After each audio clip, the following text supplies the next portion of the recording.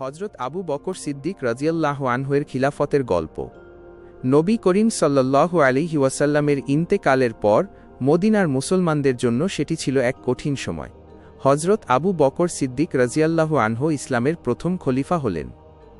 তিনি ছিলেন রাসূলুল্লাহ সাল্লাল্লাহু আলাইহি ওয়াসাল্লাম এর সবচেয়ে কাছের বন্ধু এবং অত্যন্ত প্রিয় একজন সাহাবী। এই গল্পটি আমাদের শেখায় যে বিপদের সময়েও কিভাবে সত্য ও ন্যায়ের পথে অটল থাকতে হয়। রাসূলুল্লাহ সাল্লাল্লাহু আলাইহি ওয়াসাল্লাম এর বিদায়ের পর মুসলমানরা গভীর শোকে ডুবে গেলেন। কেউ কেউ বিশ্বাসই করতে পারছিলেন না যে নবী করিম সাল্লাল্লাহু আলাইহি ওয়াসাল্লাম আর এই দুনিয়ায় নেই। মদিনার বাইরে কিছু মানুষ ইসলাম থেকে দূরে সরে যাওয়ার চেষ্টা করল এবং বলল যে তারা আর যাকাত দেবে না। এমনকি কিছু খারাপ লোক নিজেদের মিথ্যা নবী হিসেবে দাবি করতে শুরু করল। এই বিশৃঙ্খলার মাঝে মুসলমানরা একজন নেতা নির্বাচনের প্রয়োজন মনে করলেন। সবাই মিলে হযরত আবু বকর সিদ্দিক রাদিয়াল্লাহু আনহুকে খলিফা বানালেন, কারণ তিনি ছিলেন নবী করিম সাল্লাল্লাহু আলাইহি ওয়াসাল্লাম এর সবচেয়ে প্রিয় সাহাবী এবং দ্বীন সম্পর্কে অনেক জ্ঞান রাখতেন।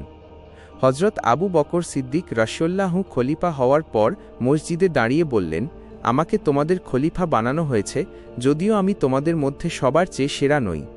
আমি যদি সঠিক কাজ করি তবে তোমরা আমাকে সাহায্য করো, আর যদি ভুল করি তবে আমাকে সোজা করে দিও। আমি কুরআন ও সুন্নাহ মেনে চলব। তিনি সবার আগে সেই সব গোত্রের বিরুদ্ধে ব্যবস্থা নিলেন যারা যাকাত দিতে অস্বীকার করছিল। হযরত ওমর ফারুক রাদিয়াল্লাহু আনহু শুরুতে কিছুটা ভেবেছিলেন যে আমরা কিভাবে মুসলমানদের সাথে যুদ্ধ করব, কিন্তু হযরত আবু বকর সিদ্দিক রাদিয়াল্লাহু আনহু দৃঢ়ভাবে বললেন, যে ব্যক্তি নামাজ আর যাকাতের মধ্যে পার্থক্য করবে আমি অবশ্যই তার বিরুদ্ধে লড়াই করব। এরপর তিনি হযরত খালিদ বিন ওয়ালিদ রাদিয়াল্লাহু আনহুকে সৈন্যবাহিনী দিয়ে পাঠালেন। মুসলমানরা এই সব বিপদ কাটিয়ে জয়ী হলেন। হযরত আবু বকর সিদ্দিক রাদিয়াল্লাহু আনহুর খিলাফতের সময় আরেকটি গুরুত্বপূর্ণ কাজ ছিল কুরআনকে একত্রিত করা। যুদ্ধে অনেক হাফেজ সাহাবী শহীদ হয়ে যাচ্ছিলেন। তখন হযরত ওমর ফারুক রাদিয়াল্লাহু আনহু পরামর্শ দিলেন যে কুরআনকে বই আকারে সাজিয়ে রাখা দরকার। হযরত আবু বকর সিদ্দিক রাদিয়াল্লাহু আনহু এই কাজের দায়িত্ব দিলেন যায়েদ বিন সাবিত রাদিয়াল্লাহু আনহুকে। সাহাবীরা অনেক পরিশ্রম করে কুরআনকে পূর্ণাঙ্গ রূপ দিলেন। আজ আমরা যে কুরআন পড়ি তার মূল ভিত্তি ওই সময়েই তৈরি হয়েছিল। হযরত আবু বকর সিদ্দিক রাদিয়াল্লাহু আনহু এর সময় মুসলমানরা ইরাক ও সিরিয়ার অনেক এলাকা জয় করেন। হযরত খালিদ বিন ওয়ালিদ রাদিয়াল্লাহু আনহু এর নেতৃত্বে মুসলমানরা অনেক বীরত্ব দেখান। হযরত আবু বকর সিদ্দিক রাদিয়াল্লাহু আনহু প্রায় 2 বছর 3 মাস খলিফা ছিলেন। তিনি অসুস্থ হলে হযরত ওমর ফারুক রাদিয়াল্লাহু আনহুকে পরবর্তী খলিফা হিসেবে মনোনীত করেন।